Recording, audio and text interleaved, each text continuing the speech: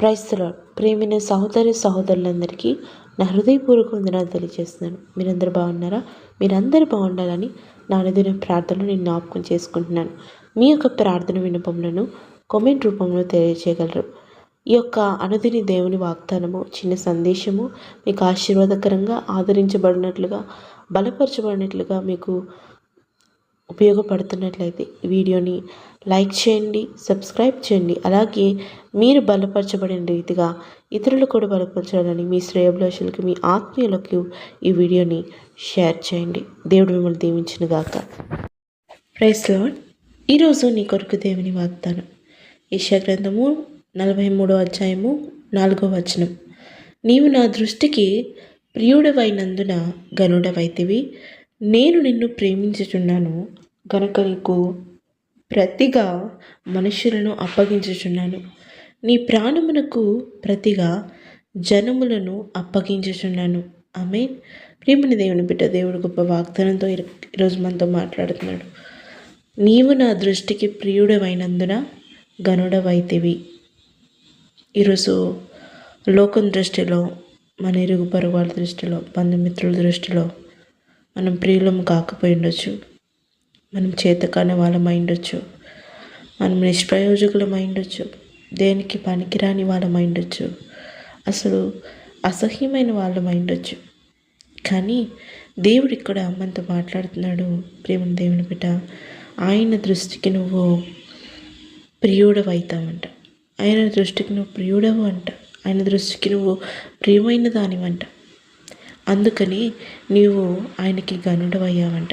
ఈరోజు మనం ఆలోచించినట్లయితే మన దృష్టిలో గొప్పగా వాళ్ళు, మన దృష్టిలో గొప్పగా ఎవరు కనిపిస్తారు, ఘనంగా ఎప్పుడు అనిపిస్తారు? మనం ఎప్పుడు ఒక మనిషిని ఎక్కువ ఇష్టపడతాం అంటే, ఎక్కువ మనల్ని గౌరవిస్తాం, మనం వాళ్ళని గౌరవిస్తామంటే మనం ఎక్కువ వాళ్ళని ఇష్టపడినప్పుడు, ఎక్కువ వాళ్ళు మనం ప్రియమైన వాళ్ళగా ఉన్నప్పుడు వాళ్ళని మనం కనపరుస్తూ ఉంటాం. ఈరోజు దేవుని దృష్టిలో కూడా నువ్వు నేను ప్రియమైన వాళ్ళంగా ఉన్నామంట. ఆయన దృష్టిలో మనం ప్రియమైన వాళ్ళంగా ఉన్నాం కనుక మనం ఆయనకి గణనమైనాము కాబట్టి ఆయన మనల్ని ప్రేమిస్తున్నాడంట. ప్రేమని దేవుని బిడ్డ, ఈ లోకం నిన్ను ప్రేమించట్లేదని, నువ్వు నిష్ప్రయోజకుడివి, పనికిరాని దానివి, చేతకాని దానివి అని నిన్ను ఎవరు ప్రేమించట్లేదని నువ్వు ఒంటరిగా భావిస్తున్నావా? నేను ఒంటరిని, నన్ను ఎవరు ప్రేమించే వాళ్ళు లేరని నువ్వు భావిస్తున్నావా? దేవుడు ఇక్కడ మాట్లాడుతున్నాడు. ఆయన నిన్ను ప్రేమిస్తున్నాడు అంట. దేవుడు నీతో మాట్లాడుతున్నాడు, నిన్ను ప్రేమిస్తున్నాడు. ఆయన దృష్టిలో నువ్వు ప్రియమైన దానివి, ఆయన దృష్టిలో నువ్వు ప్రియమైన వ్యక్తివి కనుక నువ్వు గనుడవైతివి. ఈ లోకానికంటే ఎక్కువగా, ఈ లోకంలో మనుషుల కంటే ఎక్కువగా నిన్ను ఆయన ప్రేమించాడు. ఆ ప్రేమించిన కారణంగా ఈ లోకంలో అందరికంటే ఎక్కువగా ఆ మనుషులకు ప్రతిగా ఆయన ఆ మనుషులను నీకు అప్పగిస్తాడంట. నీ ప్రాణముకు ప్రతిగా ఆ జనములను అప్పగిస్తాడంట. నీ దృష్టిలో దేవుని దృష్టిలో వాళ్ళకంటే నువ్వు ఎంతో ఉన్నతమైన స్థాయిలో ఉన్నావంట. ఎందుకంటే నువ్వు ఆయన బిడ్డవై కనుక, ఆయన పైన ఆధారపడి జీవిస్తున్నావు కనుక, ఆయనపై ఆనుకుని జీవిస్తున్నావు కనుక ఈ లోకంలో ఉన్న సమస్త జనముల కంటే ఆయన నిన్ను ఎక్కువగా చూస్తున్నాడు. ఆ సమస్త జనాంగాన్ని నీకు అప్పగిస్తున్నాడు. వాటికంటే అధికంగా వాళ్ళ పైగా నేను ఉంచబోతున్నాడు. ఆమేన్. ప్రియమైన దేవుని బిడ్డ, ఎప్పుడు కూడా నీ దృష్టిలో ఎప్పుడు అనుకోకు, ఈ లోకం దృష్టిలో నేను చేతకాని వ్యక్తిని, పనికి రాని వ్యక్తిని అని నువ్వు ఎప్పుడు అనుకోవద్దు. నన్ను అవమానిస్తున్నారు, నన్ను అసహ్యించుకుంటున్నారు, నన్ను దూరం పెడుతున్నారని ఎప్పుడు అనుకోవద్దు. నన్ను ఎవరు ప్రేమించట్లేదని అనుకోవద్దు. దేవుడు నిన్ను ప్రేమిస్తున్నాడు. ఆయన దృష్టిలో నువ్వు ఘనమైన వ్యక్తివి, ఆయన దృష్టిలో నువ్వు ప్రియమైన వ్యక్తివి. ఆయన అందుకే ఈ లోకములకు ప్రతిగా ఆయన నిన్ను ఎన్నుకున్నాడు. ఈ లోకంలో ఎంతోమంది నశించిపోతున్నప్పటికీ కూడా, గొప్ప గొప్ప వారు నశించిపోతున్నప్పటికీ కూడా నన్ను ఆయన ఎన్నుకున్నాడు. ఆయన ప్రేమిస్తున్నాడు, ఆయన ఘనముగా ఎంచుతున్నాడు. శ్రేష్టమైన వ్యక్తిగా మన జీవితంలో మనల్ని ఆయన చూస్తున్నాడు.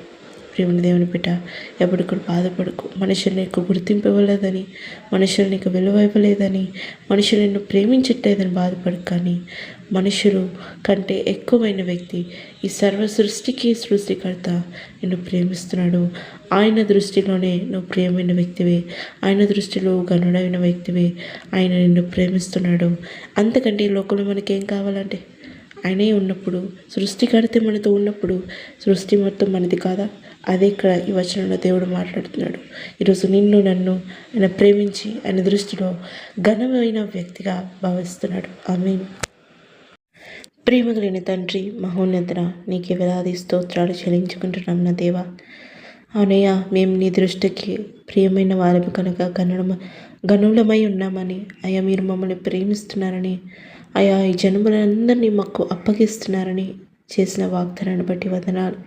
అవునయ్యా, మేము ఈ లోకం దృష్టిలో ప్రియులం కాకపోయిండొచ్చు, ఈ లోకం మమ్మల్ని ద్వేషించుండొచ్చు, ఈ లోకం మమ్మల్ని అసహించుకుని దూరం పెట్టుండొచ్చు, కానీ మీరు మాత్రం మమ్మల్ని ఎప్పటికీ త్రోసివేయలేదు నా తండ్రి. నిజమైన ప్రేమతో మమ్మల్ని ప్రేమిస్తూ, మమ్మల్ని ఆదరిస్తూ, మమ్మల్ని చేరదీస్తున్న రీతిని బట్టి నీకే వేలాది వందనాలు చెల్లించుకుంటున్నాం. బిడ్డలు ఒంటరితనంతో వాళ్ళని అసహించుకుంటున్నారని, వాళ్ళని దూరం పెడుతున్నారని బాధపడుతున్నారేమో నా తండ్రి. అయితే జ్ఞాపకం చేసుకుని బిడ్డల్ని ఆదరించండి, బలపరచండి, స్థిరపరచండి. అయ్యా మీ దృష్టిలో వాళ్ళు ప్రియులని, ఘనులని, మీరు ప్రేమిస్తున్నారని మాట్లాడిన రీతిని బట్టి వందనాలు. నిరుత్సాహ చెందుకున్న నిస్పృహలోకి వెళ్లకుండా బిడ్డలు క్షేమకరంగా నీ వైపు నడుచుకుంటూ విశ్వాసంతో నిరీక్షణ కలిగి మన జీవితంలో ప్రతి ఒక్కటి ఎదుర్కోవడానికి కృపను దయచేయమని యేసు నామములో ప్రార్థిస్తున్నాం నా తండ్రి. ఆమేన్, ఆమేన్.